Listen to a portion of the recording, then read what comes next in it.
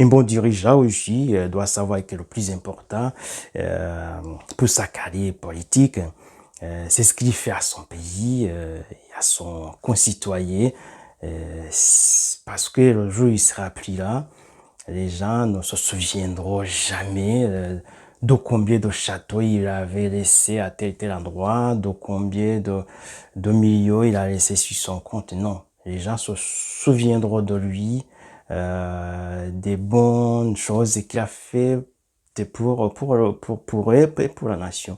Voilà, tout simplement.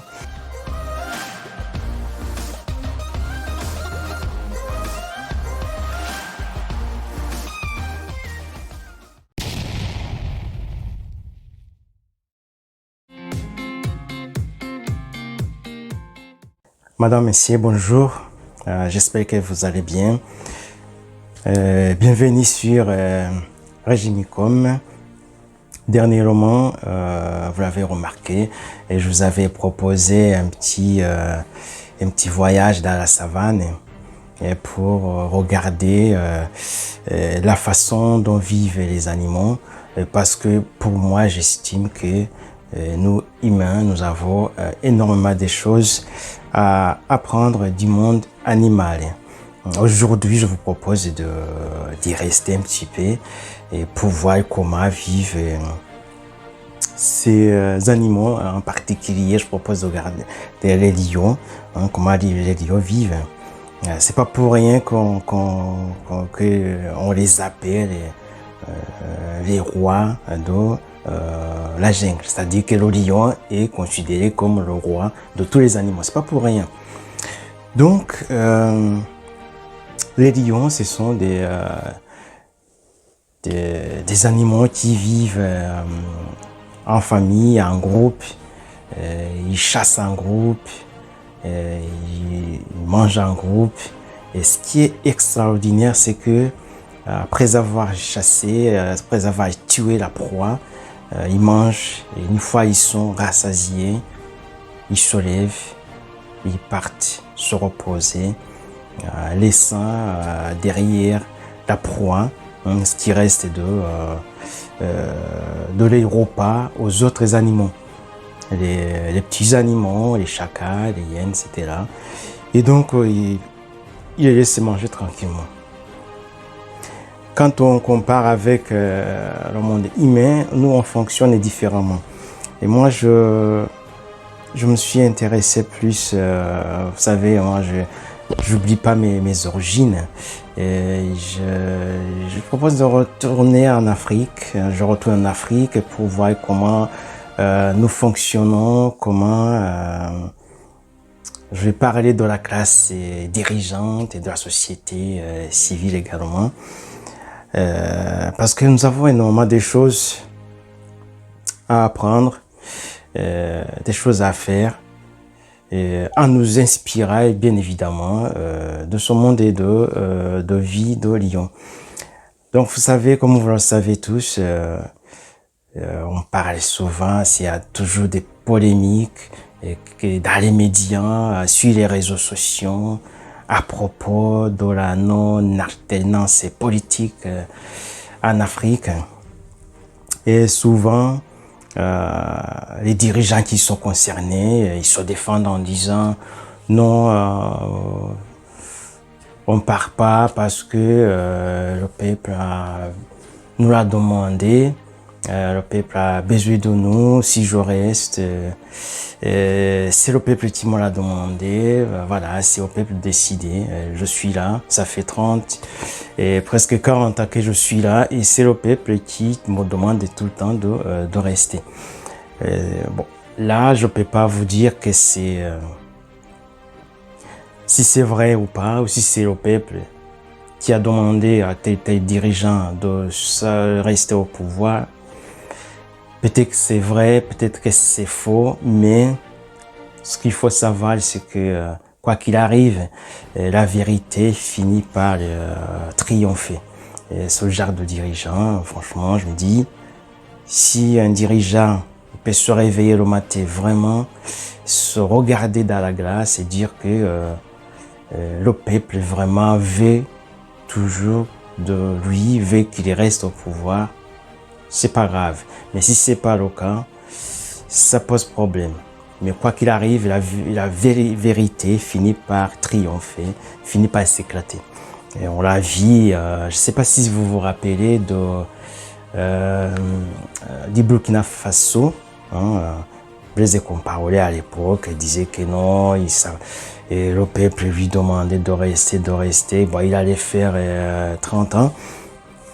Et jusqu'à ce qu'un jour, il soit expulsé du pouvoir par la rue, par une grève gigantesque des Burkinabés. Et ce qui a montré que ce qu'il disait, c'était pas vrai.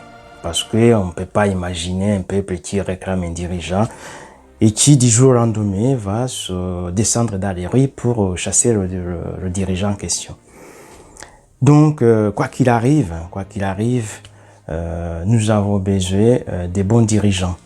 Un bon dirigeant doit faire en sorte que son pouvoir profite au peuple par des décisions politiques qu'il va prendre par-ci, par-là, des projets qu'il va mettre en place pour améliorer le quotidien de ses concitoyens. Et comme effectivement le lion le fait, le lion, son pouvoir profite aux petits animaux. Il laisse les petits animaux qui profitent de la viande, par exemple, de bifle, qui ne pouvaient pas s'offrir, mais tout ça grâce au lion, au pouvoir du lion. Donc, le dirigeant, un bon dirigeant, il doit avoir cet état d'esprit également, de faire en sorte que son pouvoir profite au peuple.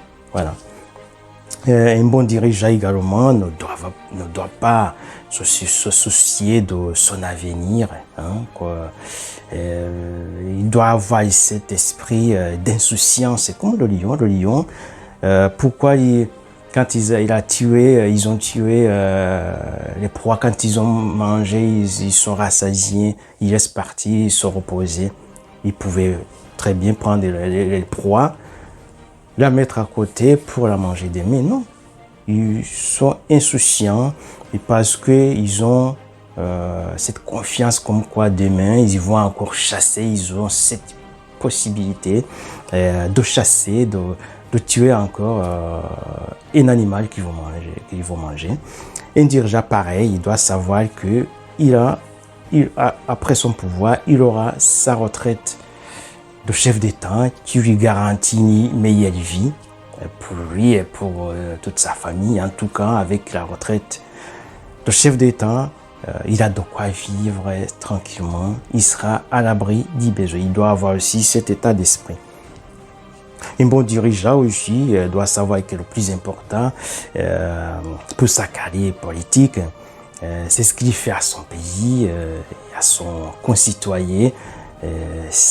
Parce que le jour où il sera plus là, les gens ne se souviendront jamais de combien de châteaux il avait laissé à tel endroit, de combien de millions il a laissé sur son compte. Non, les gens se souviendront de lui, des bonnes choses qu'il a fait pour eux et pour la nation. Voilà, tout simplement. Et je parlais de dire, mais regardons ce qui se passe pour nous dans la société civile. Vous savez, si je restais dans la jungle, je vois le bifle. Le bifle, quand pour tuer un bifle, les lions ils se mettent à plusieurs. Bon, pour moi, le bifle, il est comparable au monde des affaires. Nous, les humains, c'est le monde des affaires. On vit dans ce monde des affaires. Vous savez, l'économie d'aujourd'hui, ce n'est pas l'économie d'il y a 200 ans, 300 ans en arrière. Donc aujourd'hui, il faut travailler, il faut avoir les revenus. Soit vous travaillez pour quelqu'un d'autre, pour une structure donnée, c'est-à-dire vous êtes salarié, vous percevez un revenu mensuel qui va vous permettre de vivre, vous et votre famille. Et soit vous travaillez à votre compte et voilà, vous gagnez de l'argent, de quoi vivre. Et donc, ce qu'il faut retenir de ça, c'est quoi? C'est que dans ce monde des affaires,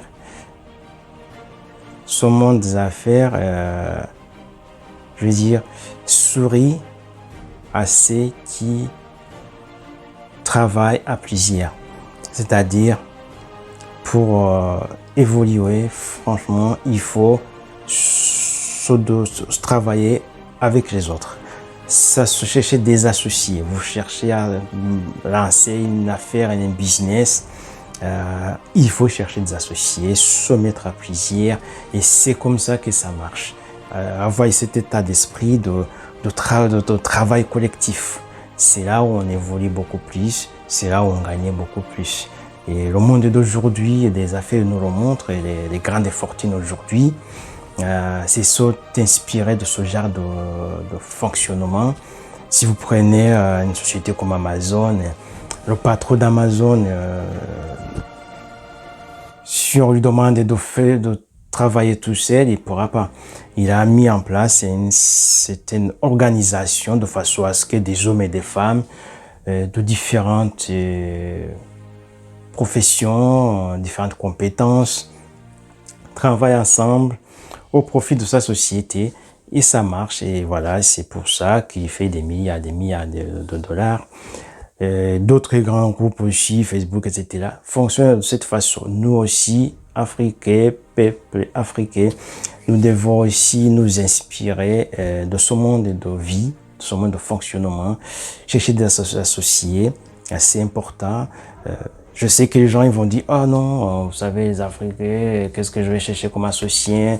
Je vais me faire arnaquer encore, c'est pas bon. Non, il faut pas rester négatif. Et je sais très bien que sur le continent et même à l'extérieur, nous avons des hommes et des femmes sérieux, avec qui, sur qui on peut compter, on peut avancer, faire des affaires. Il faut les chercher. Et exactement, c'est comme ça que les lions nous le montre, hein. Ils se mettent à priser pour tuer un buffle. Un seul lion ne peut pas tuer un buffle et manger un buffle, c'est pas possible. Donc voilà, et voilà ce que j'avais à vous dire aujourd'hui, en nous inspirant de ce monde de vie de lion. On aura quoi? On aura des bons dirigeants qui s'occupent bien de leur peuple, de leur pays. On aura la société civile, entreprenante et organisée, travail collectif comme je viens de l'évoquer. Et cela donnera la meilleure Afrique de demain. Et en tout cas, moi, j'y crois, c'est possible. C'est pas quelque chose qu'on peut pas réaliser, c'est réalisable. Donc voilà, je vous remercie de ce moment que vous venez de m'accorder. Et n'oubliez pas de liker, de partager cette vidéo de façon à ce qu'ensemble on puisse échanger les idées. Merci et je vous dis à bientôt. Que Dieu vous bénisse tous. Au revoir.